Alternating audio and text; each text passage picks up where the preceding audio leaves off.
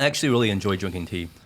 I do actually. I really do. Yeah, me too. I really do. And I didn't before coming here. Actually, I was one of the guys. I loved it. When I was in Hong Kong, I drink all the time lai cha. I really love the lai cha. Nice. But then when I came here, it's like I started to drink tea and stuff, and people are very much into it. Like, oh, this is lai cha is not real tea. You don't put sugar, you don't put milk, and it's like, oh, okay, let me see and stuff. Well, there's this whole ritual around drinking tea here that I learned as well when I got here, and more recently, and it's just it's I don't know, it's kind of like relaxing to like pour tea and like to wash it and then pour it out and then smell it and drink it. It's like this whole kind of really routine and ritual.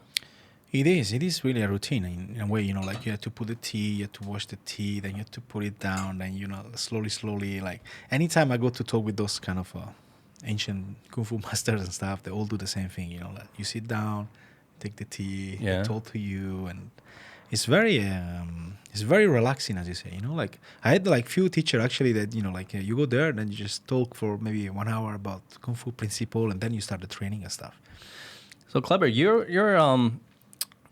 interesting because you started practicing Kung Fu when you were 9 years old? 9 years old, yes. Wow, and then you did all sorts of martial arts, right? From different types of jiu-jitsu, weapons training, even boxing. Yes. So how did you land on Wing Chun, or in Chinese it's Yong Cun? It's a very, very interesting question because, it goes far away. Anytime somebody asks me, how did you end up? It kind of almost like I forgot about it. It's just like, it seems like it was there since I can remember, in a way. Like it was a natural path for you?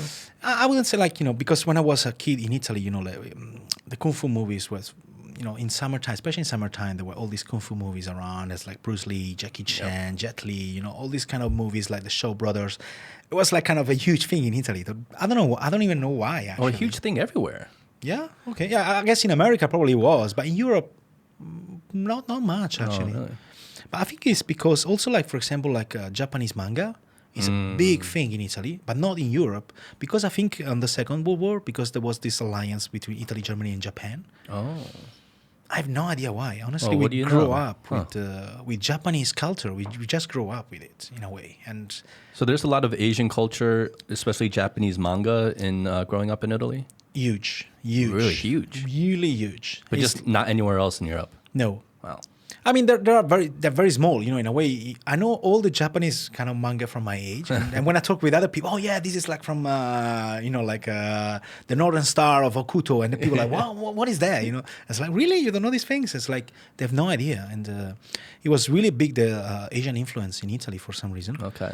And then through the Kung Fu idea, like you see like Bruce Lee, especially Bruce Lee, was really popular back then, when I was a kid in the 80s. And it's like, wow, this guy is awesome. And then, it started to grow on me because my mom really loved him, like, wow, he's so cool. I don't know, something like, clicked into me. It's like, wow, I want to be like him, Your mom loved Bruce Lee? My mom loved Bruce Lee, anytime he was doing some cool stuff, it's like, wow, he's so cool. I don't know, something clicked inside myself. It's like, wow, I really want to do cool stuff like him. But back then, nobody was teaching Kung Fu because it was a thing just coming over in that period. So nobody was teaching Kung Fu. But there were many Japanese schools like karate, jiu-jitsu, and Japanese martial arts were pretty popular in Italy. Okay. So I started to do Japanese martial arts. Oh. Which Japanese martial art? Jiu-jitsu. Japanese jiu-jitsu. Okay. My first thing was Japanese jiu-jitsu when I was 9, still a little kid. And I really loved to roll around, to stay on the ground. I really love the ground fighting idea. It was pretty cool. Like when you put on it gi and stuff. Yeah. It's really cool. For a kid, it's kind of interesting. And it actually developed a lot my ability of body motion. Because when you're a kid and you kind of really learn how to fall, to roll, to move, to devinculate from things, it's kind of very, very important. Actually, if I had a kid, I wouldn't send it now to learn Wing Chun. I would definitely send it to learn like either jiu-jitsu, Japanese jiu-jitsu, or judo, because those arts really tell the kid, physical contact and, the way to roll, to fall is very important. To me, at least, was really, really important. How to really use your body and how to leverage your body, right? Yes. So it was really the beginning. But, there's no strikes. So when I went, after a few years, I started to do like Western boxing because boxing is a big thing in Italy, actually. It's like the old tradition. Oh, also. yeah, for sure. So it was like, okay, I have 2 friends doing boxing. So I went with them. I really enjoyed. But then, I ended up one summer, watching again the Bruce Lee stuff by accident, and I was like, actually, I don't do anything like this guy. This guy is like very very different from what I do. So I started to do some research online, and back then there was internet wasn't like nowadays you can find anything. Started to do some research, and I found out that Bruce Lee actually in his life mostly just studied Wing Chun. And I was like, all right, because I look for Jeet Kune Do, which is his own martial arts. Yeah. But there was nobody teaching that. So I said, okay, let me go to the roots of it. Oh, no, he studied only Wing Chun. And there was only one person in Rome when I grew up teaching Wing Chun. So I went Only there. one. But then I was kind of like, even though I did other martial arts and stuff, I was really mesmerized by the idea that, like, in a way, Wing Chun is a very particular kind of Kung Fu because it has the kind of esoteric, fascination. Like, when you think about Kung Fu, you think of this old master, all this kind of esoteric knowledge behind it. But at the same time, it's also like almost like when you look at it looks almost like street fighting, like punching, elbowing, kicking. Well, it's all about close quarters combat, right? Exactly. It's all about close quarter combat. But, it's funny because you start by doing the form and then after you just do close combat stuff. I was like, wow, it's a very interesting mix between, because, when I think about Kung Fu, I thought like this thing like animal, like, like the crane stance, mantis, the tiger crane, stance. Yeah. tiger. So it was kind of like, like, I don't know about that, But then I was, well, actually, this one looks really effective. At the same time, you also keep this kind of flavor of the kind of like Kung Fu-ish idea. Yeah. So it kind of really intrigued me, and I started to get more. It's really addictive in a way, because That's what I hear. I hear it's really addictive.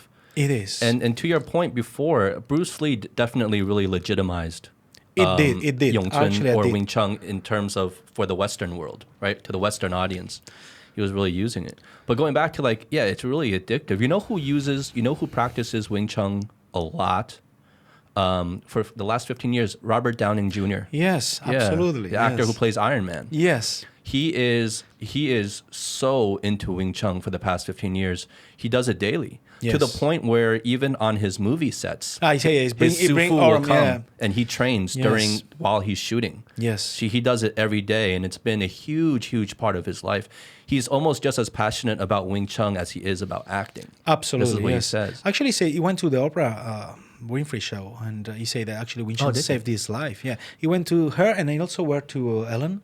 Uh-huh. And in both of them, actually talking about this Wing Chun experience and how it was for a period. I don't remember if it was drugs or alcohol or something. He was heavy into drugs Yes. for a while. He's been famously known. There was a period of his life about 15 years ago where he was in a really bad place with drugs and it really addicted, and his career kind of was gone and everything. And then he said the recovery, the start of his recovery from these drug addiction, was the same time he started practicing Wing Chun. He says there's something really, I guess, philosophical about Wing Chun that he applies to his own life that really helps him. And there's also just a very practical aspect about any martial art that I think it's a good thing to help replace a lot of negative addictions, right? Because it gets really addictive. Any sort of exercise, really. Like I do boxing, and boxing for me Yes. is very addictive. Like I feel bad. Like I physically don't feel well yes. when I don't train that day. I feel you. Yeah. It is. Actually, it's true. Actually, one of my main things was one time, when I go to America, I really say, okay, one day I will, I want to really, at least, show something to Robert Downey Jr. because he's really passionate about Kung Fu and stuff. And you see for Eric Oram, he follow one of the William Chow masters. Is is another kind of lineage, but he's really a cool guy, and he really learned a lot of philosophical things at the same time. But he also put it into the Iron Man. He put it in the Sherlock Holmes movie. Sherlock Holmes. Kind of fighting scenes and stuff. Yeah, that's Wing Chun. Yeah. Yes, that's a lot Wing of it Chun. was a lot of that influence in there. You can tell. You can was, tell he knows what he's doing. He does. He really knows what he's doing. Yes, he really does. Is there a belt system in Wing Chun, like there is in karate? Because Robert Downing said he was a black belt, but Okay. I've never heard of a belt system in Wing Chun though. Chinese martial art in general, they do not have the belt system. It's a Japanese thing that is taken from the game Go, kind of like the Go game. It's kind of different levels, and it's taken from there. Chinese martial art, they don't usually have that. They usually have a system based more on forms. So if you know this form, you're this level, or But some style, they keep adapting towards, because that is the main system. The most famous system uses belts.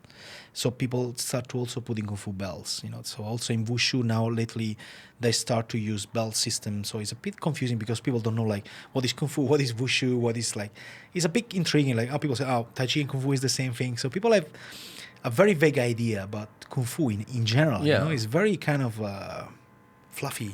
Yeah, there's a lot of mysticism around it, where it's steeped in this culture and this history, and a lot of it has been I don't know, I don't want to say corrupted, but a lot of it has been influenced by Hollywood and how Hollywood portrays Kung Fu, Yes. right? So there's a lot of I feel there's probably a lot of misunderstanding around Kung Fu in general. Yes, but in a way, actually, the term is funny because the term Kung Fu, Chinese never referred to it as Kung Fu. Actually, the term Kung Fu comes from these movies because the first one to use it like on a social media actually was Bruce Lee in the 60s to use the term Kung Fu. But he used it Kung Fu in a way to like, in the way the Kung Fu means like achieving a good skill, a very impressive skill towards something. You can have a very good Kung Fu about tea. You can have a very good Kung Fu about making pasta. Yeah. So anything that you achieve a certain kind of mastery level, your Kung Fu is good. Mm-hmm. Yeah. So it has nothing to do with fighting. It's nothing to do. He wasn't referring to a style or something, but he said Kung Fu, Kung Fu. And also when they were translating the movie, they didn't translate the term Kung Fu. They just put it Kung Fu. So people start to refer to it as Kung Fu, which is the Cantonese dialect for it. Because Chinese people were always referred to it as a Wushu. But, Wushu now, because it became a sport, so that the Wushu now is referred to that specific flying around things that is Wushu, which is more of a dance in a way. It kind of like lost completely the fighting aspect of it for more like kind of like, they call it the flowers, to make it embellishment of like flying kicks and stuff, which is super cool to see in the movies, but there's nothing to do with It's reality. Not practical, right? It's not It's practical. more for performance. It's more for performance. I mean, they're amazing performers. Like they can do things like like the Shaolin monks can do crazy things. But it's a different thing from reality and what you can do. So I didn't know that. I didn't know Bruce Lee was the one to really kind of tie the word Kung Fu yes, with what we but because modernly know as Kung Fu now. Before him, actually, the American just knew Japanese martial art because of the Second World War. So the American, when they occupied Japan, they start to see these people training like very weird stuff and say, what is this stuff? And they see like these small people who are pretty good at fighting. And then they imported like mostly like the jiu-jitsu and the karate in America. So Japanese martial art was huge back then. And Bruce Lee was the first one to bring Chinese martial arts. That's why when you see the interview, people say to him like, what is Kung Fu and how does it differ from Japanese martial art? There's a very famous interview when he said like, oh, Japanese martial art is like a stick, like tom, but Chinese Kung Fu is more like a way, like shum, like a whipping motion, which is like kind of, in a way, is kind of summarized pretty well. Well, he's also talking a lot of shit about Japanese. It is. Sorry, Japanese friends. I love Japan. So, but he was in a way. He was super cocky actually because my sifu actually was a friend of him, and they trained because he trained under the same master. Oh, your Sufu knew Bruce Lee? Yes. Wow. Also picture with him and together. Wow. And he was like pretty insane. He's pretty insane. Like. And, they tell me a lot of stories like when Bruce Lee was in Hong Kong and stuff. And so are those stories true, do you think? The legends about Bruce Lee when he was, he used to like, and then even when he was in San Francisco, there's a big legendary story where the kind of like the Chinese association, Kung Fu association, like didn't want him to teach Westerners, right? Yes. And they actually had to like fight to see who it is. Do you think that's a true story? As far as I know, that is a true story. Yeah. And it is true that actually he was the first one to teach Kung Fu to a foreign audience.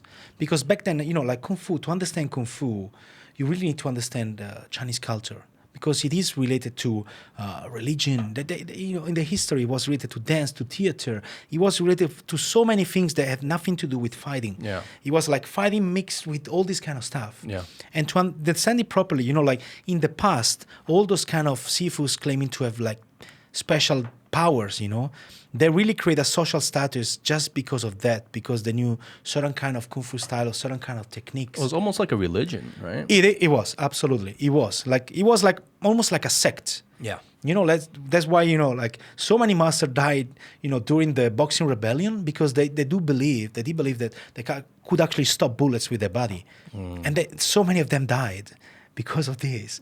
So it was kind of like really like a kind of a sect, a religion, that they believed in this kind of magical powers and stuff. And so much of it is like it's still nowadays there is so much secrecy about it, because it's still like it's still a strong belief that you really need to keep all those masters try to keep a little secret or something. So it's kind of like slowly it's kind of like Kung Fu is disappearing, because imagine like the first one say, okay, I just give it 80%, then the other one, say on this I give 20%. So it's slowly like in 5 generations it's gone. So Why is that though, you think? it is a very cultural thing in a way, like because it's hard to explain. When Chinese say like Westerner cannot understand Kung Fu, in a way I believe so too, because you really need to understand the cultural background in order to understand what Kung Fu truly is. There's so many legends of Kung Fu being back to Bodhidharma, or those kind of like mystical figures, which actually, when you do proper research, you find out that Kung Fu, the way we know Kung Fu, is something that was created like mostly at least 200 years ago. Only 200 years ago? Only 200 years ago, in the way we know it today. So it's kind of like all this connection with the Shaolin Temple, with those mystical figures, they were really kind of made up, because it was kind of like so many figures in the past, like in China, they have this kind of a thing about the face, Mm-hmm. So there was like, they were always Mianzi, trying, right? the Mianzi, yes. So they were always trying to relate their martial art to some kind of mythological figure, like Bodhidharma or the General Yue or Huang Feihong. Wang Feihong. Wang Feihong apparently is a kind of a real person, like in the Wang Feihong is a real person. but they right? always try to relate, like towards him, or even sometimes people say, Dong Chuan, the founder of Bagua, kind of like learned the Bagua from Buddha. Okay. They're always trying to connect something to, because part of also the Kung Fu is related to his story, like, so something that is ancient and is secret, that makes you like kind of special in particular. Why not they like MMA is going forward, like the new iPhone. In a way, nobody will say you have iPhone 11 and they say, oh, let me get iPhone 1 because it was the original one. But that is the approach that people, when they go into Kung Fu, they have, because they say, this is the all the history of people flying around and stuff. It's almost like the older it is, the more legitimacy it has. Exactly. Right? The more credibility, the more weight that particular Kung Fu has, or that particular martial art style has. You want it to be really steeped in tradition and history. You want it to be thousands of years old, right?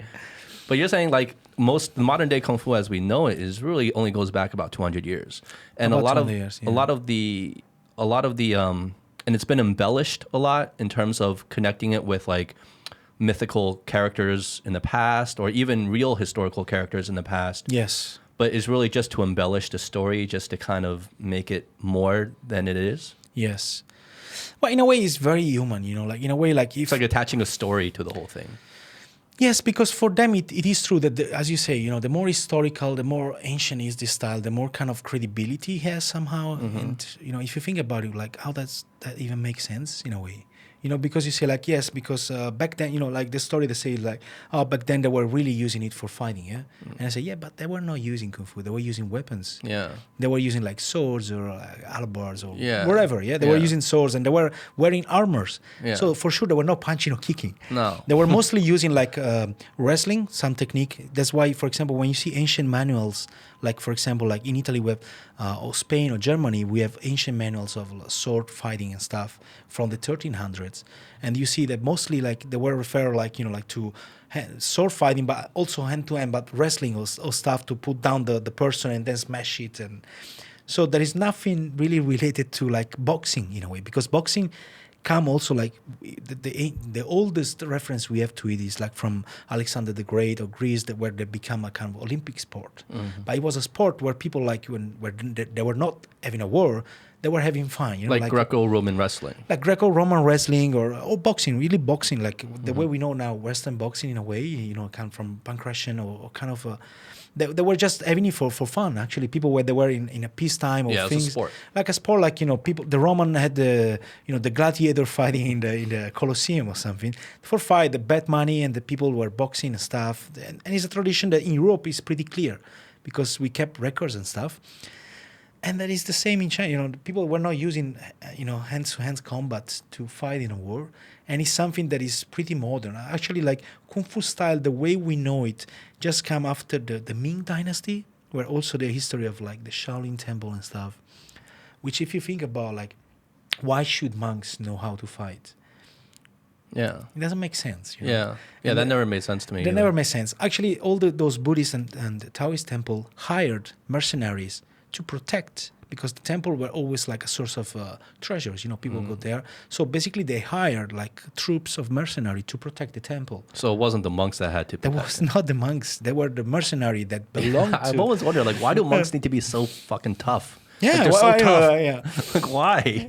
There's not like, there's all this legend about Bodhidharma coming from India and, seeing those monks very, very weak and stuff and teaching them, like apart meditation, how to straighten up the body. So he showed them the I Ching Ching, certain kind of techniques to strengthen the body.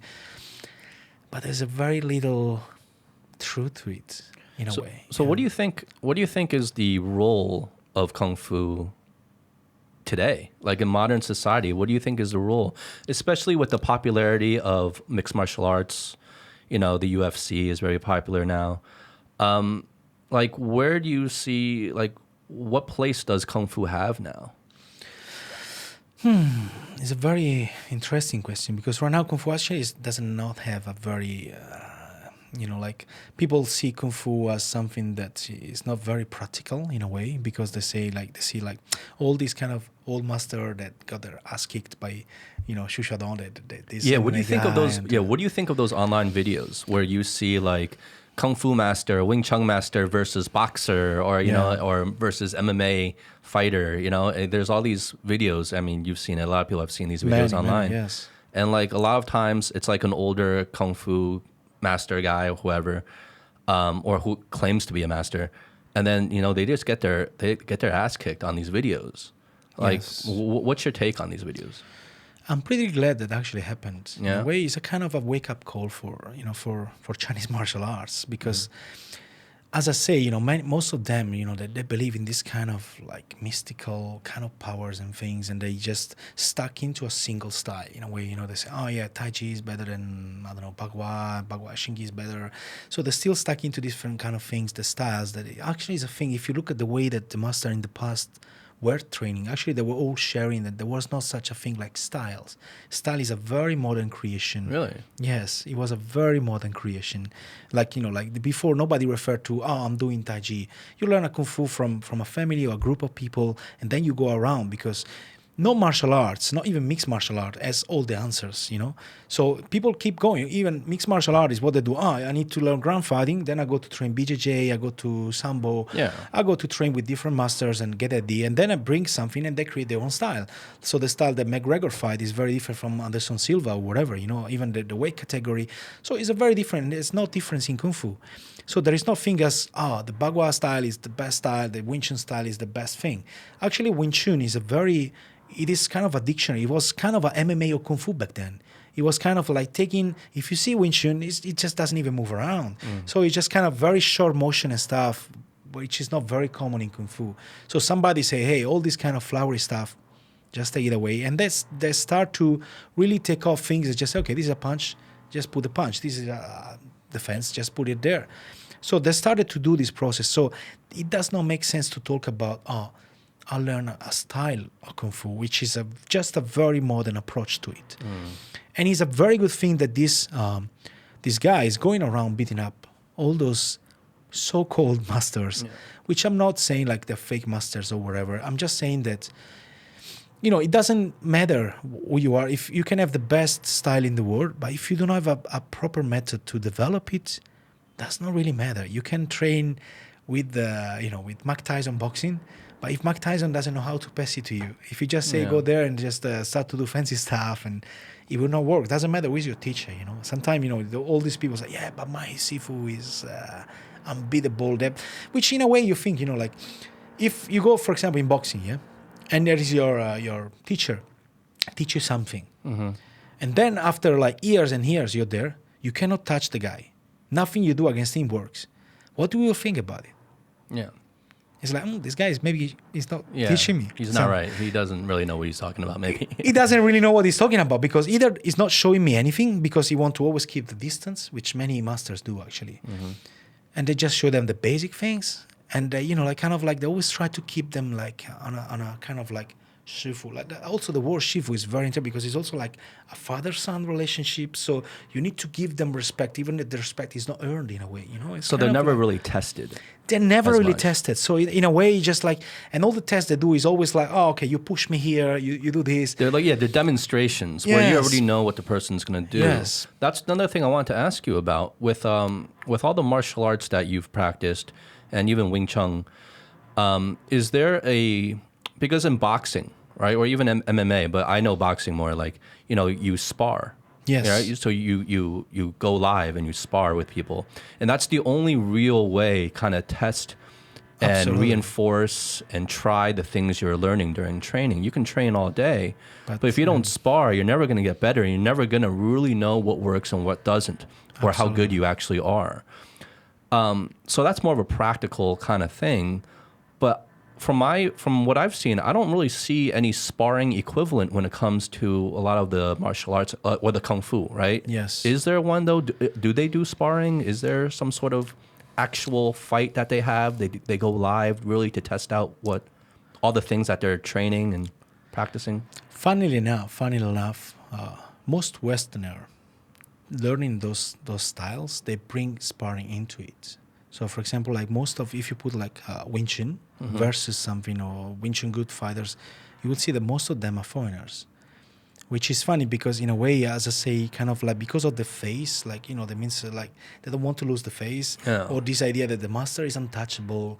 So they don't want to do it, because because if they lose or they get beat up, then exactly. It's like they lose all credibility. But not even there, even if like when I punch you, like if I say, okay, you punch me, anytime I say to one of my students to punch me, they kind of punch me because, unless I'm explaining something that, like you punch me, they punch me for punching me.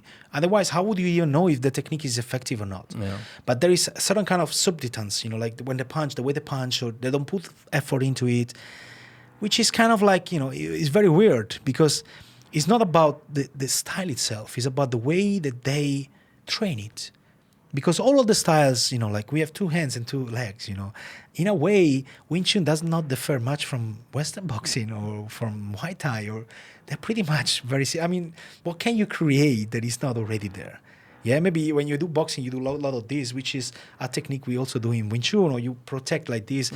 They're all like the same way. So it's not about the style. The style is just the way that you approach strategically a fight.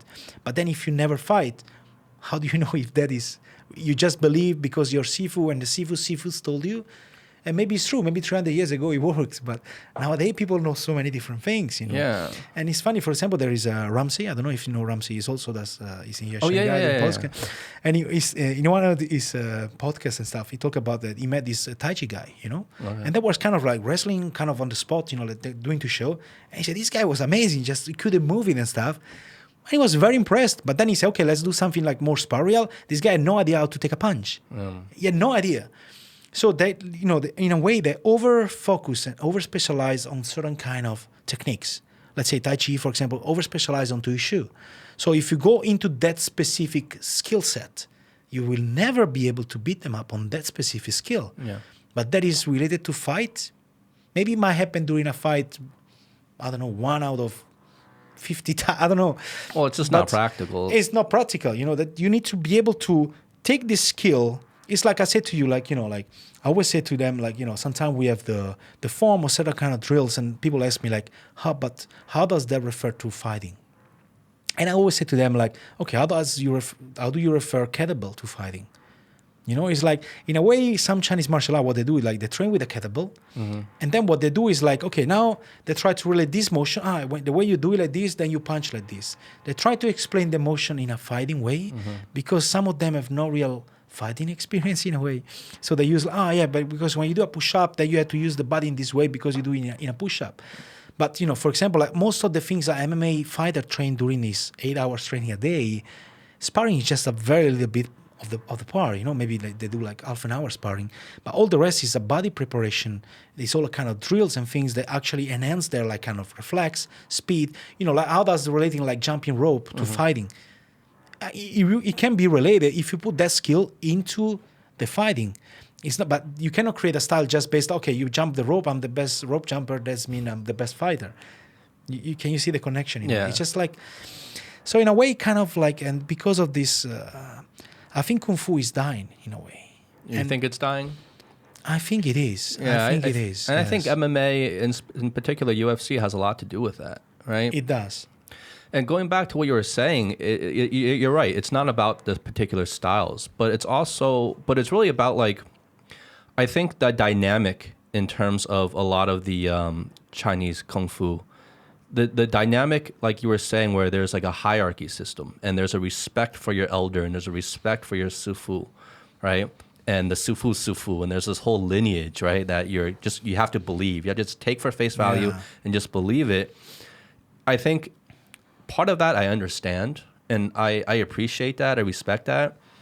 But that also gets in the way of what you're saying of really being tested to see if it works, because then your students are going to be afraid to even hit you or punch you. They're going to be, you know, they're going to always hold back because there's that respect, there's that space, there's that boundary there, right? So no one's ever going to test. And then, so what happens is like the Sifu gets more and more comfortable. Absolutely. In their position, and they're never getting tested, right? And meanwhile they're teaching their students all these things, but they're not really testing their own practices or their own techniques in you know real situations, I guess. But I guess that's also where do you draw the line, right? Like where do you draw the line between the practice of Kung Fu in terms of really wanting to use it to fight, or it's just, you know, sometimes like when people tell me like, oh, that's not practical, I'm like, yeah, but like, what do you care? Like if they enjoy doing it, just like any other sport or exercise, if they want to do it because they just enjoy the art form or enjoy what it gives them or enjoys the workout it gives them or whatever, you know? Yes. Then why not just let them enjoy it? Why does it always have to be like a combat use, right? Well, there is a fine line between like, you know, like sport combat. Actually, MMA is not the correct term. It should be mixed sport combat because there is no martial art into it. It's a very fine line. You know, it's like when you talk about martial arts, it's a skill that passed down, you know, it is an art in a way. So like people doing traditional martial art do not just enjoy let's say like the fighting aspect of it. You know, I would put it like what truly makes Kung Fu different from, on my opinion, and some, you know, like I'm taking this word from actually one of my inspiration, which is a guy called Wan Shenzai, which was a famous Chinese master who went around different styles to challenge them. And he created one of the style, like it's called Ichuan, which is a style without forms. And he was one of the main inspiration of Bruce Lee. And, you know, Bruce Lee, like this fact of that there is no form, take what is useful, is all words coming from Wan Shenzai. But Bruce Lee never gave him the credit to this guy. Oh, really? Because Bruce Lee is always credited now as the father of mixed martial arts. Because Jeet Kune Do was like kind of the first time. Jeet Kune Do was the first time that publicly somebody start to mix different kind of things. Yeah. That's true, yes. So, I mean, that's really like the birth of mixed martial arts, right? Like he was mixing in. So, like, Bruce Lee would take cues from boxers in terms of their footwork and everything. And from all types of martial arts, he would just all incorporate it. And even Wing Chun, he would just incorporate all these techniques into what he thought was just the most practical and straightforward, like trim the fat from everything else, right? Yes. And just get to the meat of it. And that was Jeet Kune Do. So he's credited with, but you're saying there was another guy before that was doing... the same There was thing? another guy that was doing the same thing in China, basically, but just with Chinese martial arts. He wasn't doing it with different okay. kind of martial arts, but he was doing the same kind of idea. And all the words that come from like the Bruce Lee uses like be formless, like all these things. Be like water. Be like water. He took it from his Wing Chun Sifu. Oh, really? Okay, Yes, okay. Be Like Water from Wan Kam Leung, which was the guy, because when Bruce Lee started to train Wing Chun, because his father was a very good friend of Ip Man, Yewen. Yeah. Yeah, but actually when Bruce Lee started to train, Ip Man was very old, so he gave it to Wan Kam Leung, which was at that time was his main instructor, which he was a fighter. He was actually coming from boxing. That is why his Wing Chun is very effective. So Bruce Lee actually learned all this kind of stuff from a boxer fighter guy who was really good at Wing Chun. So that was Bruce Lee's probably early influence that opened up Yes. his mind. Like you can incorporate styles here. Actually, there are letters in the museum Bruce Lee writing to the Wan Kam Leung and thanking him for all his teaching, all these things, and Wow. that is where all his influence come from. Because Bruce Lee before that it was just not. He did some kind of other things, but he never did something that specifically practical in a way. Because the Wan Kam Leung approach is very different from other kind of approaches and stuff, which I'm not saying is the only practical one, but I'm saying that he really shaped the way Bruce Lee saw things. He wasn't that. For example, like Ip Man would never accept any foreigners. Oh, you wouldn't? He would not.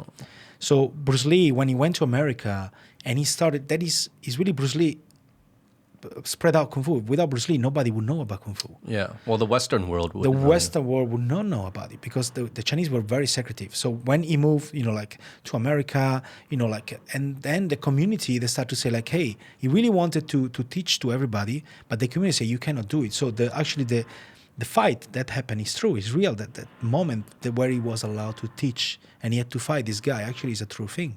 Oh. So it's kind of like that, but that kind of tell you the mindset of the Chinese back then. Yeah. They were Very kind of closed. very close, Very secretive. and it's still a little bit like this. Unfortunately, it didn't change. So he was, in a way, he was the forefather of MMA in the way it is nowadays because he started to mix different things from different styles. What do you think of the Ip Man movies? Have you seen those movies? I did see the movies. So, well, I mean, what's like as a Wing Chun master yourself? Like when you watch that movie, like what? How do you feel about it? I think the first movie is pretty cool. Okay. I mean, they're cool movies. They're very entertaining. Very entertaining. Like the first movie has very little. Like they're trying to push Ip Man as a hero figure. Mm-hmm. Before him, it happened with the Wong Fei Hong in history. Yeah. Now they're trying to make Ip Man the new Chinese Superman in a way, kind of like the superhero of the new generation. Mm-hmm.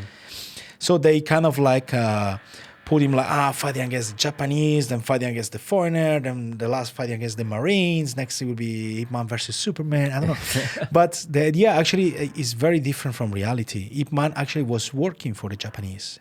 Really? Ip Man was working for the Japanese. He was into the police, military police, when actually Japan occupied China. That is why when actually things get a little bit dodgy, he decided to go back to Hong Kong. Because he had decided to run to go away. back to Hong Kong? Ip Man. Oh, Ip Man. Otherwise, the Chinese government will. So what was he doing for the Japanese? He was into the police. He was working as a police person for the Japanese. Really? Yes. How do you know this? Because This is what you've learned? But this is like if you get the history of Ip Man, I mean, it's not like something secret. If you just read the, so this is open like. It's fact. open. But nobody reads, it's like, like the Bible, everybody, the Bible is there, but nobody reads it. Yeah, no one bothers to learn the history of it. Nobody, They rather just watch the movie. Yeah, just like, So the movie is like, let's say like there is like maybe 15% of reality in it that he's a Wing Chun master. He was living in Fasan and he was forced to move to Hong Kong and he lost everything. It's true. He was a very rich person and he lost everything when he moved to Hong Kong. So he started to teach Kung Fu for money. So it's a very different. But on the second and third and the fourth, there's just not, I mean, the fourth, if they called it like, I don't know, like Chinese conquer America, and it wasn't called Ip Man, it was the same because there's not one thing that is true. Yeah, well, the movie. sequels started getting a little out of hand. It started getting a little out of hand. I would say that there are good Kung Fu movies, but there's nothing to do with the real Ip Man, as a figure in a way, So it's in a way, I want to use bad word because it's my like in my lineage family, but he was actually I don't know how his skill were because I don't know. We only have videos of him doing certain forms when he was already, because he died of cancer and because he was a opium addict. He was an opium addict. He was an opium addict. Wow. So it kind of like because back then everybody was of like. So it kind of like it's a bit shady. I don't know how to tell you about his skills. Like I know that he taught this one there's just guy. not much evidence of record of him actually fighting, right? No, but there's many records of Wan Kam Leung fighting. This guy was a fighter. He was like doing Beimo. Beimo is kind of those illegal fights they do on the Hong Kong rooftop. And this was Ip money. Man's student. That was Ip Man's student, who is the guy who taught Bruce Lee. Bruce Lee, okay. And actually, he's the guy who brought Bruce Lee to do those fights. And Bruce Lee really got addicted to these kind of things and then start to, because they were kind of like fights for money, for triads, like they bring different styles together. Actually, they bring like, I don't know, Prey Mantis versus Wing Chun or it was so the Chinese triads were like the first UFC, right? Basically, yes. They were organizing fights. Absolutely. And bring all these different types of styles together to fight. Yes. And obviously they bet money and... They bet money. Just doing it for money. That's so funny. The Chinese triad was the first form of UFC. Like kind of like they were on top of the roof. And actually there are also videos of Bruce Lee fighting on the rooftop and also Wan Kam Leung. So there's like many... real fights. Real fights. Like they were, the first one who gave up, they were not killing each other, but they were barefoot. Like they were, even like they were mostly like valetudo. They were just like the first UFC with no gloves, anything go. Bare kind knuckle, of like, everything goes. Just first one to give up. The first one who give up, the win. Wow. So it was kind of it was pretty rough in a way. So, and they're just like, this Wan Kam Leung guy actually reportedly won like 300 something. So he was a pretty tough guy. Okay, yeah. And he was working for the triads. He was working for the triads? Sorry, Steve, but he was working for those guys that, money collector, that you go to get some, stuff from, somebody owe you money from debt collectors? Debt sharks collector, kind of yes. So you go there, you give me money, maybe they break your finger or something. Mm-hmm. So there was much connected to the triads. Actually, the triads is something that really brought the Kung Fu, that kept it alive in Hong Kong in a way. Oh, for sure. Back then, China was a mess back then, very poor, and the triads were like really the main source of power. Yes. In a lot of those regions, right? Yes. And they were really, in many ways, probably like not only the source of power. Obviously, they did some really bad shit, but they were also a form of like control and stability for a lot of people. Yeah, but in the same way the Christian church was for Europe. Yeah. In a way the Christian church like kind of like did some pretty dodgy stuff in a way. Like they went to other places forcing their own religions and things, but at the same time, because they were the first one to record and to write with certain kind of priest orders, they also brought knowledge and culture towards. They also like we have priests in China. There's still here in Shujiahui. They have still the church. They they've actually an Italian priest was the first one to translate from the Chinese language. So those people, in the same way, the triads and the mafia, it were the same kind of, because the mafia. It was the brigands. They were the kind of criminals back then.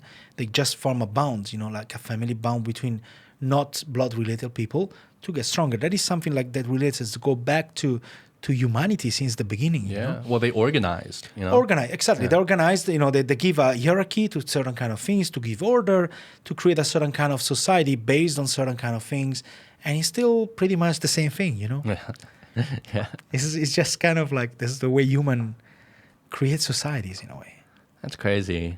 Yeah, that's crazy how far it's come. One thing I really like about Wing Chun is that it's out of all the Kung Fu styles, it's definitely one of the most practical. Yes. It's one of the most straightforward. I think everything about Wing Chun is just, it's not about looking cool. It's not about big movements. It's all like what is the most simple and direct and minimal amount of movement I need to do to achieve a certain goal, right? It's all about it's very extremely practical in that sense.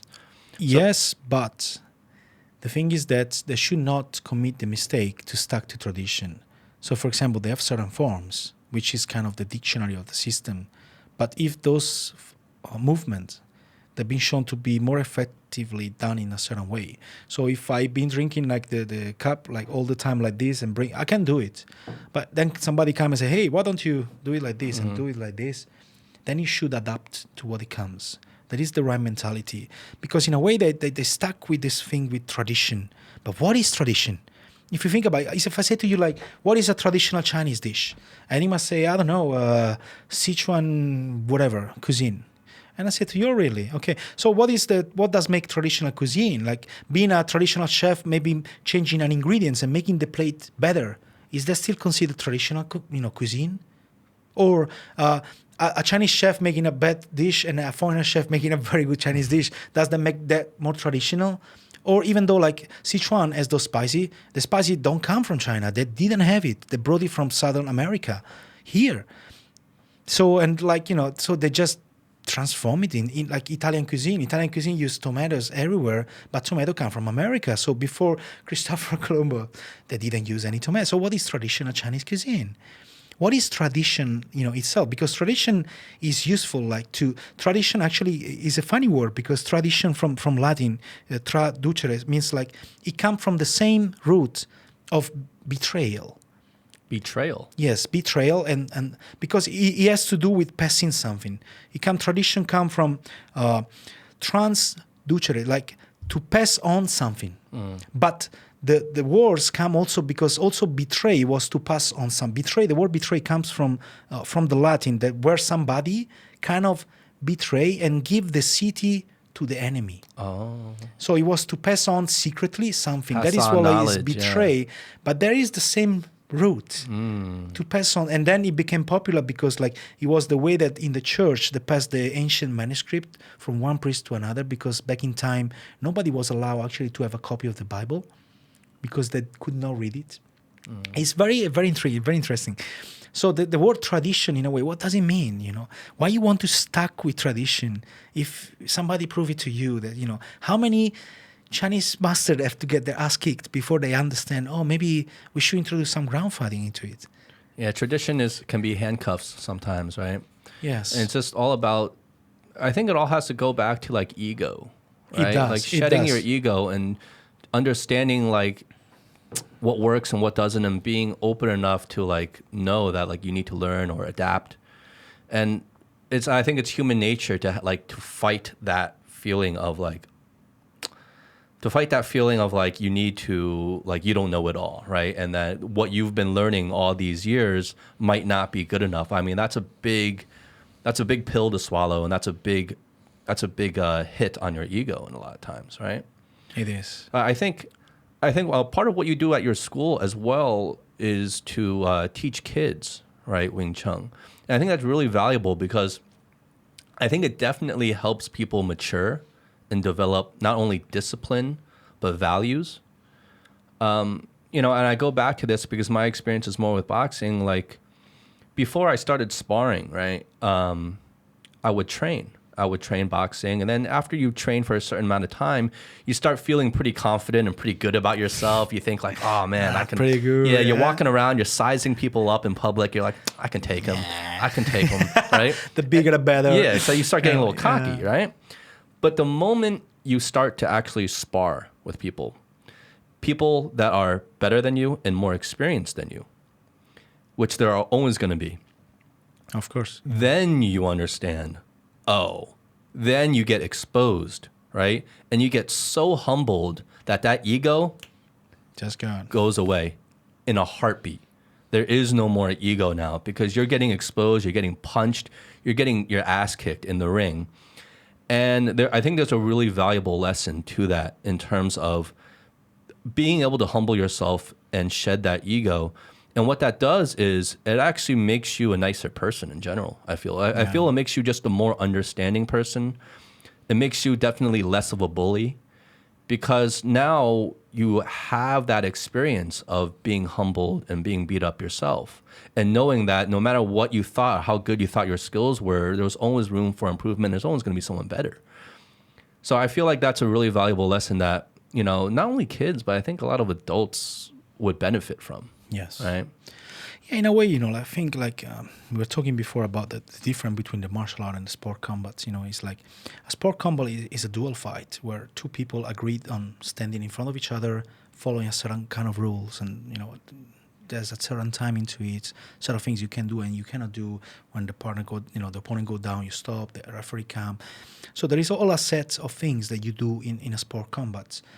Martial art, in my opinion, the way it should go, it will be more either you go towards the sport combat, but then you become, because like, for example, like jiu-jitsu and the Brazilian jiu-jitsu, that become a sport combat. See, like judo, like is the sport combat of jiu-jitsu. Like karate went the sport combat way. So you either made it a sport combat, or if you want to keep the way of the martial art, you need to adapt it to what martial art will be useful today, because nowadays we don't go around with a sword, or we don't use martial art for going on the ring. That's the point, because you should use martial art for self-protection, for self-defense, which is a different thing from sport combat. Is in a situation that you can, I'm here, I just grab the cup and smash it in your face.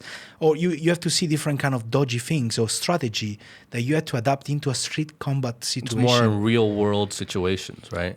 I would say that even though you cannot really forecast what can go in a real situation, it should be an approach that approach it in a way that you should be tricky and, sneak like certain punches and things towards certain weak points and then run away or something. So that's a completely different approach. So, but then the martial art had to decide, okay, I want to go that way or I want to go the sport combat way, because they're two different worlds in a way. Even though is the difference between sport combats, there's rules. Because Yes. it's a sport. There's rules. Yes. There's sanctions. There's a code. Yes. There's agreed upon. It's a sport, right? Yes. But the other way is there are no rules, Exactly. and it's just real life, how to defend Yes. yourself in the real world. Is that second part a lot of what you do at your school? Do you teach people self-defense? Is that a big part of your teaching and curriculum? It is. But sometimes people use this as an excuse. They say like, oh yeah, in sport combat there is so much rules and blah, blah, blah. And they use an excuse like, I cannot be the eye, I cannot be the throat, I cannot be the groin, which is true that in most of what we do, that's the main target is this, eyes, throat, like solar plexus, groin, elbows. So there's a lot of nasty things that we do. But that doesn't mean that you should not spar or should not train certain kind of things, because that is just an excuse many people use to say, yeah, but in Wing Chun I use this, then I cannot, train into a ring. Which is is partly true, but that doesn't mean that you don't have to experience it. You don't have to know, like in a way, so many people like defend against a hook, but they have no idea how to throw a hook. So in many schools, what you defend against a hook, but nobody will throw the hook in that way. So you're defending against something that is not coming at you in that way, and it's not realistic. So before defending from a high kick, you need to know how to throw a proper high kick or a low kick.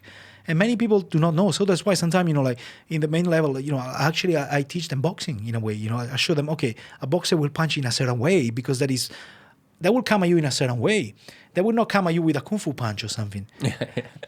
They're not going to come at you like in a crane stance. No, they're not going to do like, not the flying mantis. Flying mantis. Like maybe, but it would be like 1 out of a million. Okay, so I don't know if that. So first, walking down the street, a flying mantis comes at you. So in a way, I think you should find your own niche. You find your what you're doing. Like, okay, you're training like self-defense. Okay, so then anything you do, you need to really do that kind of things. Or you can decide, okay, I want to go the sport combat way. But then anything you cannot like, because sometimes I think that Kung Fu is a kind of a blend in between. Mm-hmm. And it's kind of like it's not very well defined what they want to do. And I do believe that because many foreigners actually they really love Kung Fu. And they're transforming Kung Fu into something different, because they're making it more towards either self-defense or sport combat. So that defining it. That is why if you see like people fighting Wing Chun, they're kind of going like mostly foreigners.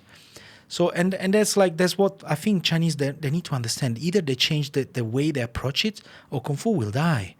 Like in the same way like English invented football, but they never won anything. Mm-hmm. That doesn't mean that the born players, doesn't make it like, we created Kung Fu, but that doesn't make, sense. They have to evolve with the times, right? Exactly. Like Japanese created Jiu-Jitsu, but Brazilian make it popular and fight it. So it depends, if they don't want to, they do not want to accept this reality in a way. It's more like, no, this is foreigner can understand it or something, which, as I said before, partly is true, because if you want to understand what truly traditionally Kung Fu is, then it's, but I do believe that it's transforming like anything. You know, Kung Fu 200 years ago is not the same as now, and it won't be the same in 100 years. So you need to transform and adapt to what it is in order to survive. Otherwise, and I say this because I truly love Kung Fu, not because I don't have any egos away, because most of my students are Chinese, and I really do hope that one of them will keep carrying on in a certain way, with a certain approach, with a certain mentality.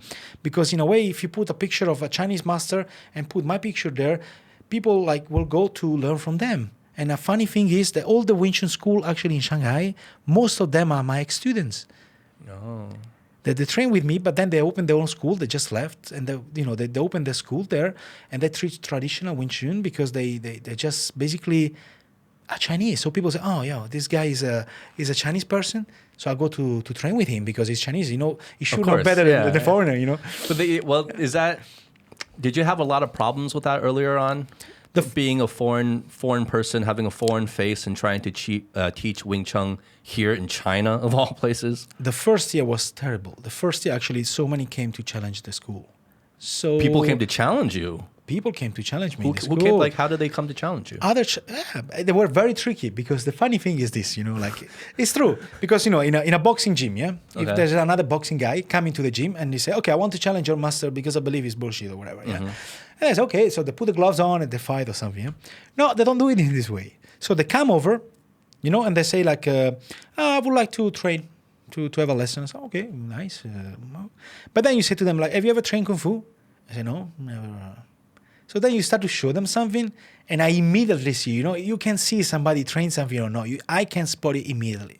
So I can see the way they move is like, you know, like certain like they Kung Fu already style, know, they already know. And then in the middle of the lesson, they say, oh, I'm sorry, all of them like this. In the middle of the lesson, they say, oh, sorry, I need to leave earlier, but can we do something together? Can we spar a little bit together? So I want to test a little bit. And then you say like, all right, but you know, for me, it's a kind of a lose-lose situation. Imagine like, you know, a new guy come to the gym, yeah, I say, I want to learn boxing, you know, like, so he doesn't know anything, yeah. And then in the middle of the lesson, the guy go to the teacher, you don't know, you don't see it. And then you all of a sudden, you see them sparring and you see your teacher knock the guy out. What do you will think about it? Yeah. It's like, wow, what is the teacher knock out a guy who doesn't know anything about it? Yeah, then you seem like the bully. Right? You seem the bully. But then, if you see the beginner guy beating up your teacher, you'll think, oh, this is, the guy is... Yeah, I should go learn from this guy. I should go to learn from this guy, which is apparently is a beginner or something. So they're very tricky in a way. So I need to go very violent on them, which, why should I do that? Why don't you just come and say, hey, I want to spar with you. I want to see what you have. Actually, many MMA people came and say, hey, I want to see what you have. And actually, we learn from each other, you know. It's not like, hey, I want to prove in front of your students that you just... Then I had to go really... But I don't want to go that way. Why should I go that way? So what do you do with these people that come in like that? Usually, what happens? If I understand... It's a bit... If I understand that they're kind of trying to trick me in a way, during the lesson... I kind of say, when I do some demonstration, I say, okay, when somebody come, I will go on him, like doing this, breaking his knees and stuff. So kind of they got a little bit scared in a way. So it's a kind of like, this is something I learned from a very good friend of mine, which also had the same in Europe. So it's just like, when somebody come to me, it's tricky, I just take his nose, bam, break it, bam, do that. So it's you have to show them that you're not afraid to actually hurt them. I'm not afraid, actually. I'm not afraid. You know, it's something like, you know, happened to the same to me when for example, there was a K1 guy. You came from Singapore. We came to the school. And actually, what guy? K1? K1 was a guy from Singapore, a K1 fighter. He came to K1, the gym. K1, okay. So he was kind of very interested because he was a friend of the owner of the school back then. And that was funny because this guy was so humble, you know, was very nice. Oh, he was very interested. But then his wife keeps saying like, oh, fight him. And then after a while, the guy said, okay, you want to do something together? Like, I was all right. You know, and in my gym, there was like half of it was like blue mat to do ground fight stuff. And half of it was normal floor to train like a stand-up thing. So the guy was funny because I said, okay. So the guy was kind of like getting his gloves. He was taking off his shoes to go on the blue mat. And I stand up and I put my shoes and I take off, like I didn't have gloves. And the guy said, what would you doing? And it's like, you say you want to spar, but I don't spar at your own rules. You don't spar what? With these own rules. He wanted me to spar with the K1 rules. Oh, the rules. It's like, you know, like I always say this example, like if Cristiano Ronaldo and Michael Jordan, they both play with a ball. who's gonna win? It depends. If Cristiano Ronaldo make Michael Jordan play with football, Cristiano Ronaldo will win. But if Michael Jordan managed to let him play basketball, he will win. So you told them you don't want to play by the K1 rules. You don't want to spar I say by the if K1 you want to spar, we spar. But for me, sparring is sparring. There's no rules. No rules. I don't follow the rules of K1 or BJJ or whatever. Yeah. If I go to a boxing club, I will definitely not go on the ring with the gloves and with the boxing rules. But if I do it, I do to learn something. Yeah. Okay, I will go there. I did go to many people to learn something, So I go there, okay, I learn it and I do it. But if you want to spar in a way to demonstrate who is better, why should I play with your rules? Yeah, then there shouldn't be any rules. There shouldn't be any rules. Yeah. You want to play, let's play. Because the rules favor him. Exactly. So that's one of the mistakes that actually the people do also in many different martial arts is that they want to, if a boxer go to an MMA gym or something, he will probably get his ass kicked. Oh, But for sure. like you say, like with McGregor and Mayweather. Of course, McGregor had no chance to win against Mayweather. Yeah, no chance. No chance because he's not a boxer. Well, Mayweather was toying with McGregor in there. Well, a lot of Absolutely. people who don't Absolutely. understand boxing or MMA watch that fight and be like, "Oh wow, McGregor landed so many punches. He did really good." They don't understand that Mayweather was letting him do It's that. really, Mayweather was really literally tying him up. toying Yes. with him in there. He was toying him. But I want to see Mayweather going to play, MMA with Oh, McGregor. he get his ass kicked right away Yes, the first few no seconds. chance. Yeah. No chance. Yeah. So that is the point, that is the whole point. Why, the mistake that many people commit also in Kung Fu is that they want to go and they play with their own rules. That is another thing that is, to me, is like a little bit like stupid. So what happened? What happened with you and this guy? And then the guy was like, no, but I have a fight in this month. I have a fight. Then the I want to excuses get started in. coming. I wouldn't say it's an excuse, but like you can get injured if you play in a certain way. You can get injured. I could have get injured. He might have wiped my ass off, but at least it was on the same. We are on the same play, on the same game. We are playing the same role. Of course, I wasn't going to kill him or break his knees or something, but at least I wasn't favoring him. But he was honest with role. you. He said like, hey man, I don't want to get injured. Like I just wanted to do a little spar. I said, okay, as far as we are clear, say, hey, I want to test your ground skills. I will go on the ground with somebody. I'm not a ground fighter. I teach ground defense. So I teach people how to defend from the ground because I'm a stand-up fighter. I will not go to fight. I have no chance to go on the ground and fight with a ground fighter because that is his own thing. He train like, so many hours every week to fight on the ground. I'm a stand-up fighter. And that is like, but I need to know what ground fighters do. Well, you still have a lot of jiu-jitsu experience though, don't you? Yes. Oh. So, exactly, because I need to know what the guy does on the ground. Otherwise, how can you pretend, to defend against this, like, oh yeah, they bring you down and then you do this and come back up. Like, really? Have you ever trained with these guys? It's so funny though that in the beginning there were all these people coming in to challenge you at your school. I didn't know that never still expected. happens. Exactly. I would have never expected it, but and it's even funnier. They come in pretending to be beginners. Yes. Right. They come in pretending to be like, I have no idea what this is. Teach me. I'm a beginner. Very and then tricky. right away you notice, okay, this guy's definitely not a beginner. He trains. Of course. Yeah. And then that's so funny. It's really crazy. It's like. I don't know. I don't think, in other countries, sometimes it happened, like, because when I came here, there was also my CJ, because she helped me to open the school here. So there was a girl also that she was training our Kung Fu. And there was an English guy who also helped. So we were 3 people in the beginning opening the school. And most of the time when we were around to do some demonstration, people always like, oh, can we try out? Can we try out? It's like, okay. And they always challenge the girl. Why? I don't know. Why would you do that? Exactly. Like, why? What do you have to prove? That you kick this girl ass? Actually, it was actually the opposite. She kicked everyone out because she was really good. But then why you even want to, like, I'm here, there's the other guy she was really short, and they always go for her. It's like, what do you have to prove? That, as you say, get back to the ego part, When you say It's also insecurity, maybe. It is. Because most of these people, like if you say like, most of these MMA fighter or BJJ people, actually they're very humble in a way because they know that, if I talk shit about things, people will come to me and probably they will humble me down. Yeah. But actually it's funny because the Shushudong guy, he was the Tai Chi guy who was poking him. It wasn't the other way around. It wasn't Shushudong that say, hey, I want to challenge you because you're fake. No, that guy say, oh, you MMA guys are fake as shit. And He called out the MMA guys. he called them out. Like, how crazy are you? Like, when you see there's some videos of this guy like Chi Master. I don't know if you saw. It's pretty funny. I've seen those Like, videos. These Chi Master people. That's the most ridiculous. The funny thing is that if they ended up there, they truly believed it. Well, that is the scary part. Yeah. That's the scary part, because before, when I would watch these videos, I'd be like, okay, these guys know they're just trying to make money maybe, and they don't really believe in it. Yeah. And so this whole thing with like the chi force, and like knocking people over without even touching them, and just with the chi. But then, like you say, if they're ending up actually in real fights calling out people, then that means they actually really believe what they're trying to teach. It's not just a scheme. What? It's not just trying to make money. Like, they literally actually believe it, which is even crazier. It's really crazy. And then they end up getting their asses completely kicked. Like, I don't know. Like, there's a sense of like delusion and denial when it comes to. And then it's funny thing is like, oh yeah, my shoes was slippery or kind of was new shoe. Like, what are you trying to like, But see, that it's exactly that kind of stuff that hurts Kung Fu in general.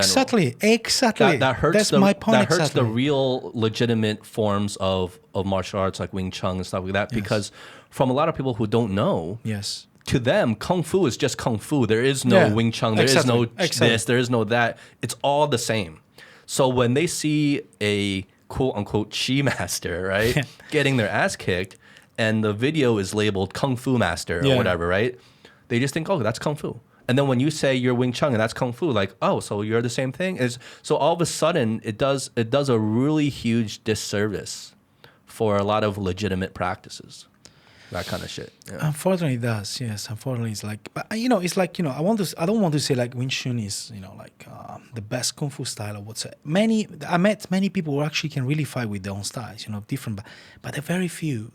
Because if you think about before, like the point is this: before there was no MMA. Okay, so there was just like kung fu or karate or traditional martial arts, in a way. So all the people, also the fighters, they went either to boxing or Muay Thai, or they went to Japanese or Chinese martial arts. The moment the MMA was created, so taking out the style and things, all those fighters, they went to train MMA. So what is left, mostly the typical person who approaches kung fu, is not really a fighter. It's those people that they believe like, okay, I can use it for self-defense, which is perfectly fine. But there are most of those people who are also attracted by these bullshit things. Yeah. And, it's hard sometimes, when you say like, oh, but some of my, when people will come trying and say, oh, but you punching. I say, okay, what do you pretend? No, because, like, but then go to do something. Because, as you said before, doesn't matter if it's transforming into something. Like, for example, like many people now train Tai Chi for a health thing, okay? Which is perfectly fine. If they like that, perfectly fine. If your teacher is honest and say to you, hey, you know what? Tai Chi is a super wonderful health practice. Oh, yeah, it is. It actually is. Mm-hmm. But you're honest with me. You say to me, I have many teachers that just teach me kind of like health-related things that they're honest to me. They say, hey, you know what? This is only for health. It's not for fighting. Yeah. Like, don't use this in a street fight. Don't use it in a street fight, please. Don't do it. So the point is that, but if the teacher tell you, oh, this is the most incredible martial arts in the universe, and you can kill people by doing this, and other people believe that, and you think that because you don't believe you're stupid, and that is like, these people should be arrested. Oh yeah, they should be arrested because that's a huge liability. They're liable. It is because somebody, to some of them happened really, and that some of these people really died or got injured for life. Like, I've seen certain time people teaching like defense from gun or defense from knife, or like even to take punches, which is ridiculous. If you do that, you're insane. But then people believe it, and then will do it. So those people should honestly be arrested. Yeah, well, it goes back to this because you want to believe that it's real. Yes. You want to believe in all these fantastic possibilities. You want to believe that the chi force is real and you can manipulate things with just your energy, right? Because it all goes back to, I think, when we were children. When we were children, when you were reading the manga, or, for me, it was Dragon Ball Z. Dragon Ball, yeah.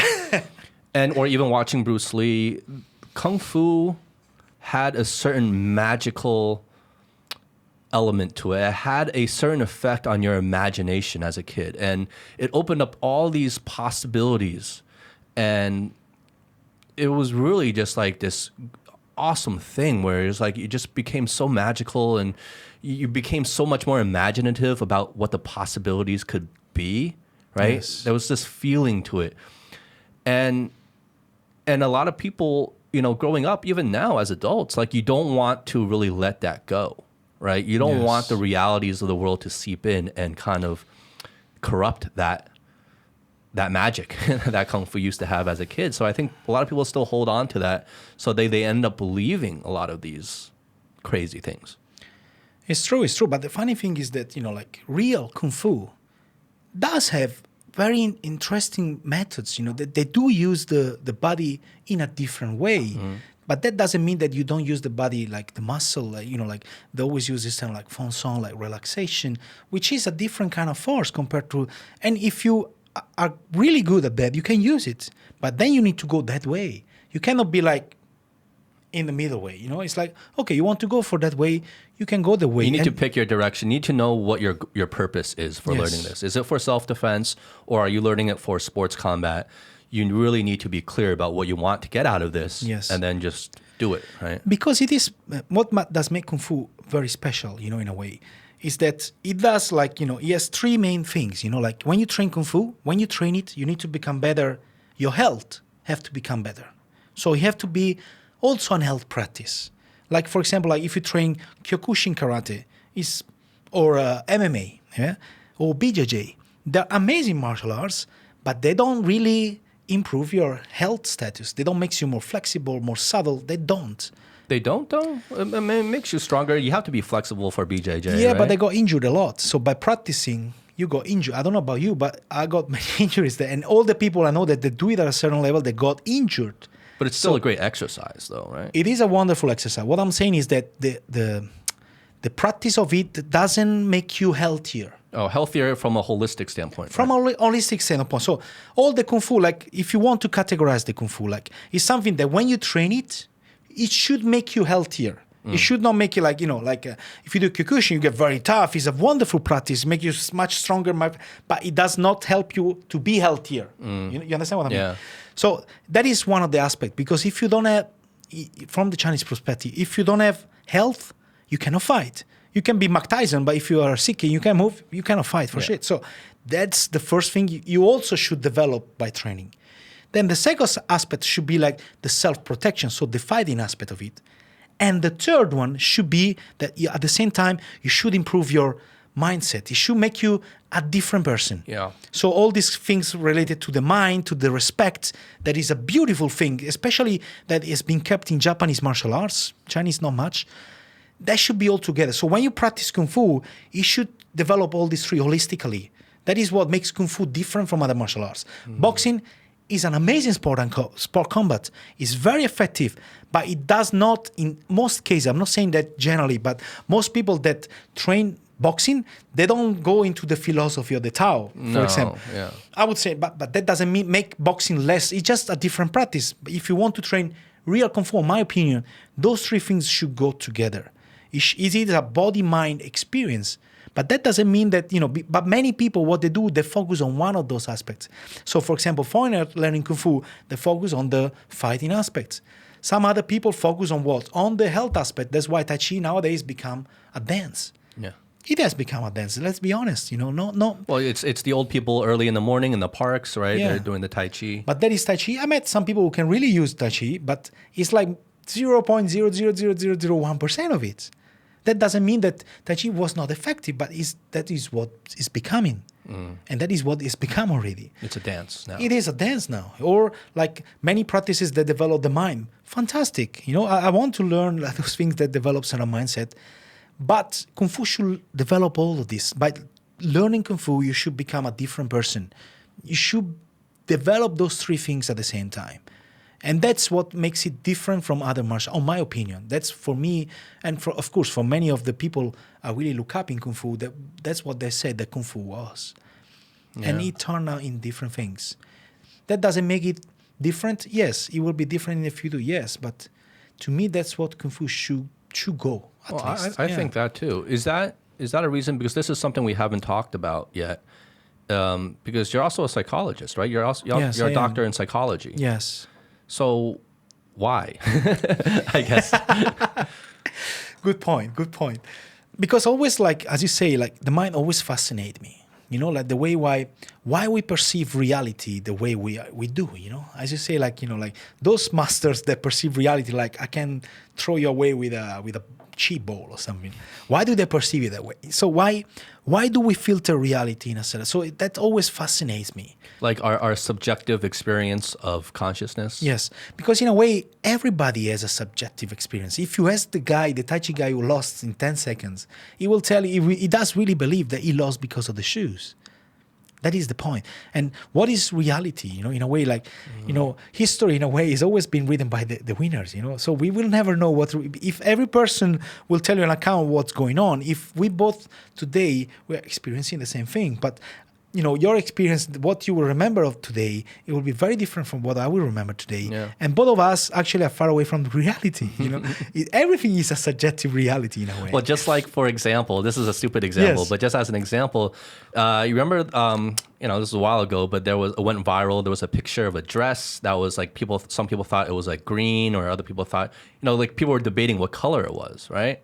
And do you remember that? You don't remember that? Okay, well, there was it went viral, and there was like this picture of a dress, and it was either gold to some people, or it was, I forget what the other color was, but it was like green to some people. And everyone looked at it. So some people would look at it and see a gold dress. You would look at the same picture, you'd be like, no, that's a green dress. So everyone went crazy. And obviously there's scientific reasons for why people perceive the same picture in different colors. But it just goes to show, like, we're walking around probably with our own subjective sense of reality that's completely different than other people, and we will never know. It is. Yeah. But that is the way, because like, as you say, like, which style is more efficient?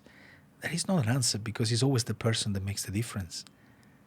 If Mike Tyson was going to learn, Tai Chi, would have been a good fighter? Probably would be. He would have made Tai Chi very useful. It's not the style that makes the person. It's the person that makes the style useful. So it's just the way that people perceive this reality. Because when you realize that everyone perceive reality, but who is perceiving the reality? Because right now we are talking, but we have different filters between us. Because what's my self is trying to communicate something to you, and we do it through language. But for example, English is not my first language. So it will take away something, and the meaning that we associate with certain words with you or the people listening to this thing is very different. Yeah. So all of us will perceive something in a different way, because you will filter it in a certain way. Yeah. We perceive it because there is body language, there is the presence, but the people seen in a video will perceive it differently. What you're saying to me is coming into me through my own filter. Yes. Right? Through my own algorithm, right? Yeah, your own experience, because now you are the Justin you are nowadays because you came through different experiences of life, and you have different filters, you have different values, you have different beliefs. But who decided that?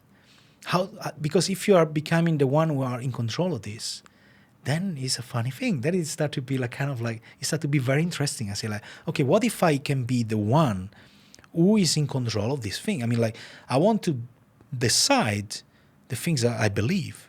I don't want just to blindly believe, because certain people just blindly believe certain things, but actually believes. Like, imagine like we are going to get a drink, and we walk into a bar, and there are two nice girls looking at us, okay?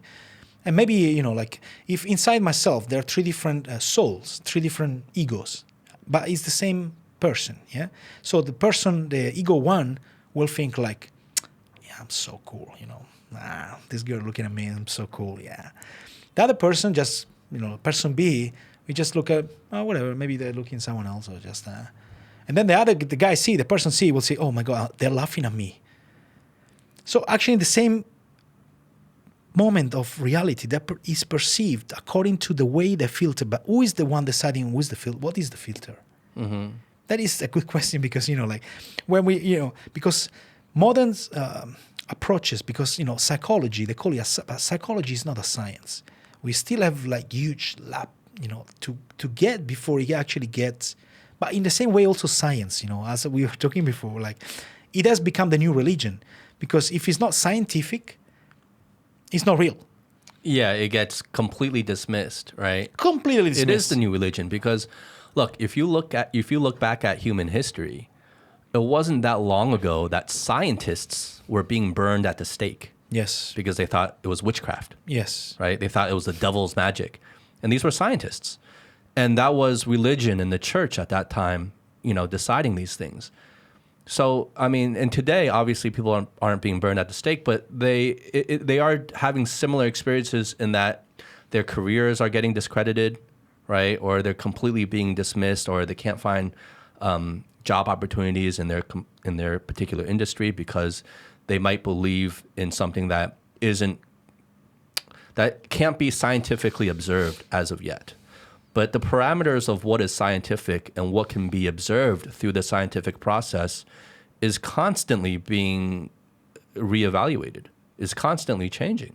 On a daily basis. On a daily basis. Things we thought, 10 years ago were impossible today are scientific facts, right? Yeah. So it's I don't know. It just, the question is like, what are the possibilities? There's still so much unknown. Exactly. And the trap that we can't fall into is to think that, we know all there is to know already. Exactly. I mean, that's so far from the truth. Absolutely. But that's what's really fascinates me, because really okay, what's our mind? Because we only can, with science, we have certain kind of instrument that can measure things, but we can only measure the visible. Yeah. We cannot measure at nowadays, we cannot yet measure what is not visible. And the visible part of the universe is around 11-20%. All the rest is invisible to us. Well, we can measure things that aren't invisible. Like, for example, like black holes, right? Yes, like yes. Black holes, it's not that they see the black hole, but they can measure the environment around the black hole and make logical conclusions that there's a black hole there, Yes. right? Or even things like dark energy, dark matter, which are invisible, but Yes. through scientific process, they know it's there. But like you're saying, there's a whole bunch to the normal people. To normal people, we don't believe what we can't see. Yes. And we only believe as far as we can see, which limits us and limits like our possibilities of understanding the human experience and Enormously, consciousness yes. and what is actually possible, right? Yeah. And just like you say, psychology is not really a hard science yet, because the human mind and the way our consciousness works is really still a complete mystery to scientists today. Yeah, how do you measure consciousness? They can't. How do you measure love? Yeah. You cannot see love, but does mean that does not exist? It's kind of like really, it's a very tricky part, because as you say, like people do not believe what they cannot see in a way. But that doesn't mean that the thing exactly exists. Like quantum physics now is showing that if there is a person looking at a particle, that particle will behave differently if the person is looking at or not. So it's the person that is there that is creating that reality. So it is true that we are creating our own reality. And they found out that actually our thoughts are small magnetic fields. So the more you think about something, the more it will attract it to you. They call it the law of attraction in a way, like all this kind of like woo-wee thing. Mm-hmm. But there is a certain truth behind it, like the more you think about it, the more it will become your reality. Because if you are the one filtered that reality, and if you're always thinking about, oh my God, I'm so unlucky, that's what you're attracting to you. Because I think that maybe it's not acceptable to you, might be very acceptable for me. So what does make that experience different? Because many people perceive, I don't know, their wives betraying them as the end of a relationship, and their life got completely changed. But so many people are, into open relationship, which make them their experience. Actually, they're the one looking for a partner for his wife to make it happy. So the way you perceive reality, an event that for you might be really terrible, it might be for other people really good, according to their own beliefs. Certain people believe that the death is the end of something, so people got destroyed by the death of their beloved one. But some other believe that is the beginning of something else, so they go to celebrate the death of the person. So that same experience is perceived by different people because of the way they filter things. And this is what you study mostly, is just the idea of how are we perceiving our own reality? Like what In got a you way, on yes. this? Like why? What's the point of studying something like that? The you point, know?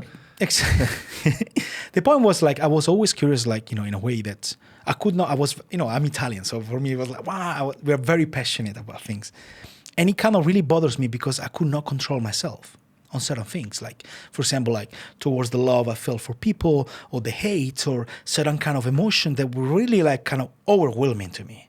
And I was saying like, wow, how can I be in control of this thing? That is how I approached the more psychological kind of work. Then I get into the work of like Tony Robbins or Wayne Dyer, or people that actually tell you, hey, you know what? You can actually be in control of these things. You can perceive it differently. So I went then into the reality of things. Oh, actually, I can be the owner, the master of my perception, let's say. Yeah, certain things I can control, certain probably not, but certain I can actually control. And then it went deeper and deeper because the more then I went to study psychology, I went deeper into it. And then I really got interested into finding, who am I? Because at the end, you all relate to that, the three big questions like, who am I? Why am I here? Why am I here? Why are we doing this? What is the everything point? at the end of the day boils down to probably that one question. Exactly. Everything boiled down to why am I doing? What am I doing here? There is a reason, because nothing happened by casuality in the universe. Yeah. So I was like really getting interested. Like, how can I get closer to who I really am? To boil down this ego, like in a way people talk about ego, but actually inside ourselves, there's not just one ego. There are many different egos that get kind of like triggered by the person you are with, the environment, different situation, and all of those little egos play a part and kind of toy with you, guide you into the life. And I was like, I don't want to be toyed by my little egos. I want to be the ego that is driving. You want to be in control. That's what it comes down to. It sounds like you want control over yourself. I would say like, the ability to let go, to truly be in control, like just like to be like, like to really let it go in a way, to just flow, but being the one that decide to go in the flow. Like, how That's very can Taoist, I think, right? Is that? It is very Taoist, yes. That is one of my huge influences, like Taoism in a way. And I really boil down, like, like the more I get deeper into it, I think like quantum physics is going towards that direction. Like, like the perceiver that changes the reality. The Schroeder cat, like, is the cat, I don't know if you know the Schroeder cat is like kind of like, there is a cat inside a box. Is the cat dead or is not dead? Yeah. Like, Schrodinger's cat or something, right? Yeah. Yes. So it's kind of like, like it's getting towards this kind of thing that we are like the butterfly effects. But now we doing this, it will change the reality. And that is really interesting because we have a choice towards being like, the fate, like people believe in fate or believing in casuality, but also the casuality is something that is controlled in a way.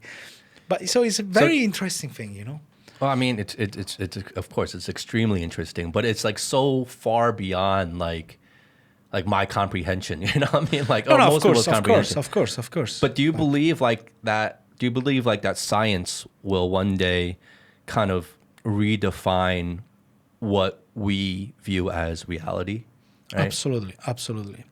I do believe like that science, in a way, if they kind of like they're moving towards it, like in a way, if they get rid of all this kind of idea, analyze, because if you think about it, yeah, we are sending people to the moon, we are sending people in outer space, studying different kind of virtual realities. We can create crazy things, but science has never actually really get deep down to see what's inside.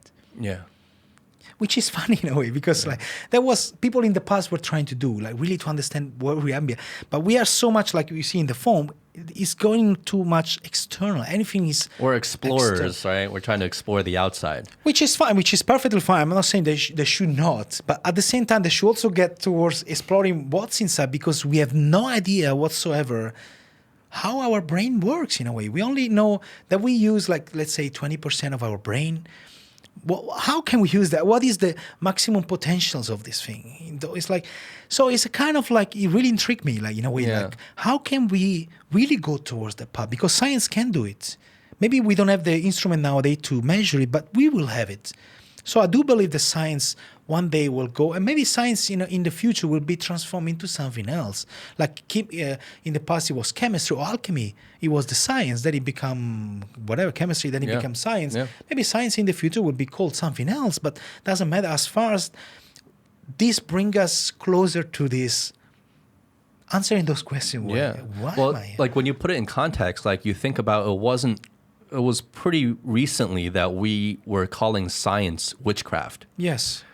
And so if you think about in the next 100 years or so, like what is science going to be? What kind of new learnings, new discoveries are we going to have about just things that we never even thought of before, and things that have to do with our reality, right? Like on a very small example, like I'm almost convinced, deja vu? Mm-hmm. I'm almost convinced that there's something really weird going on with deja vu, because when I experience deja vu, I can swear like this has happened before. Yes. And I know there's probably a current scientific explanation for why deja vu happens, blah, blah, blah.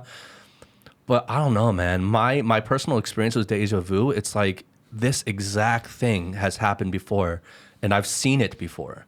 And now it's happening, and it's all happening in real time. Like I'm in the moment, and I'm like, oh, I'm having deja vu right now, right? And things are unfolding in the present that are like, this exactly, this every little detail.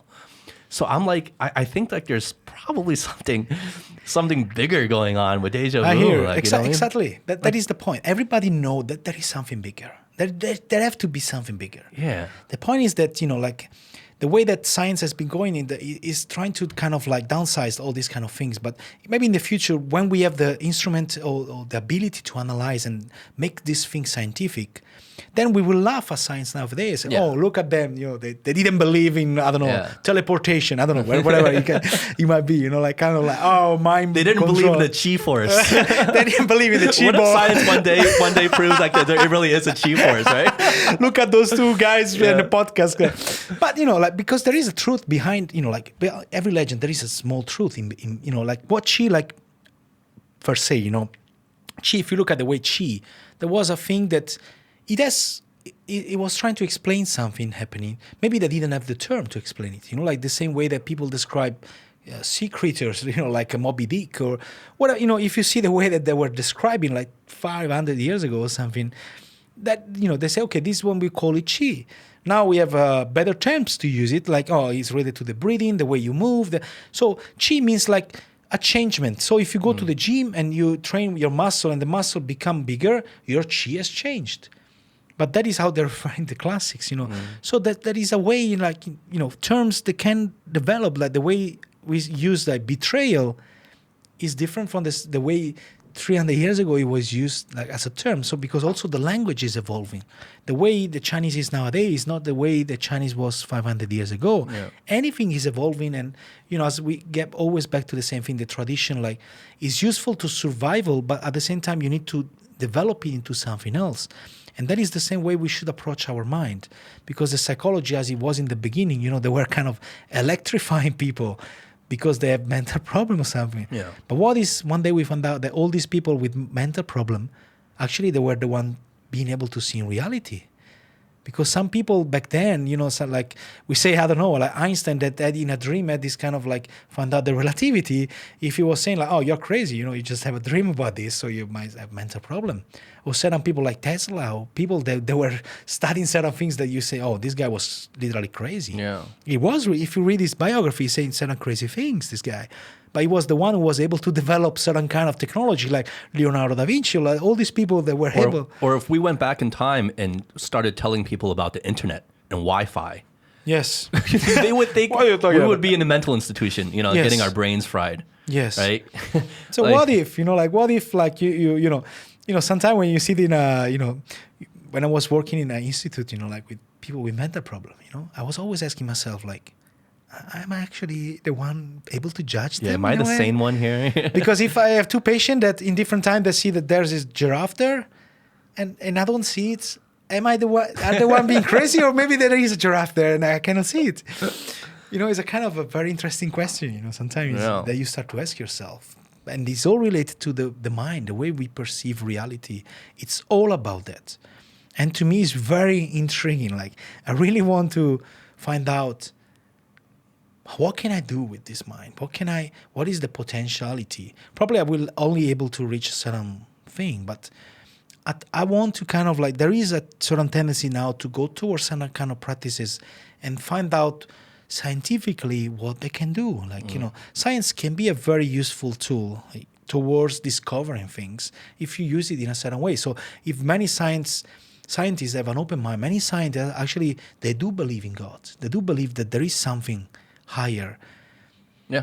Actually, they do, Yeah. And, it's because science and religion, again, they're kind of like, they're commonly, like, they were born in a way for the same kind of reason, in a way, like, let's try to explain what's going on here.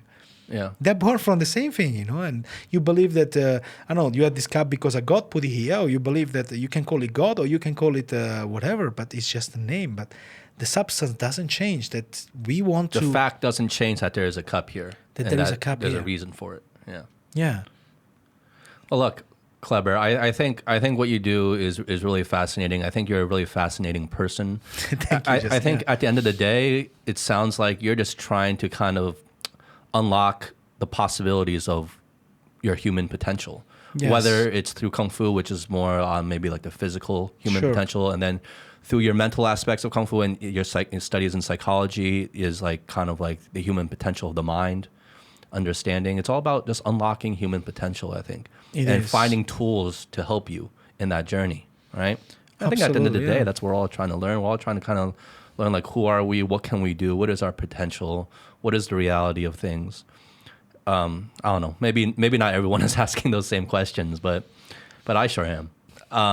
I can talk to you for hours and hours Yeah, and me hours too, because I actually, think we yeah. can get into a lot of fascinating stuff, and I love talking to people like you. But for the sake of time, because we are Yeah. running a little bit long, I got to end it here. But we got to do this again sometime, man. I would love to, yes. I think we have so many, interesting topics that we can touch on things. And I do believe that, in a way, things happen for a reason. Mm-hmm. I do believe that. You meet certain kind of people because there is a theory, very interesting, that to me doesn't matter if it's true or not, but I do believe by that theory, that everything is a mirror. So all the people you meet are your mirror. So, and then, some people, like, if you cannot accept certain things, like, I cannot accept this guy's behavior because it's like this. You cannot accept because this guy is just reflecting something that you are deep inside yourself. So in the moment that you do realize that and you start to work on that, you will become a better person. And I do believe, that's why you meet certain people, because they're just mirroring that thing to you in life. So I do believe that you meet them people for a certain reason, and, it's I'm a nice. mirror of you. You're a mirror of me right now. Absolutely. Yes, absolutely. That's beautiful, man. Thank you. We can continue this conversation next time. I'd love to have you back on. Absolutely. I would love to come back. Yes. Thank you so much. But thanks a lot, Kleber. Thank you, Justin. All right, guys. Peace. Bye. Peace. Bye. There is a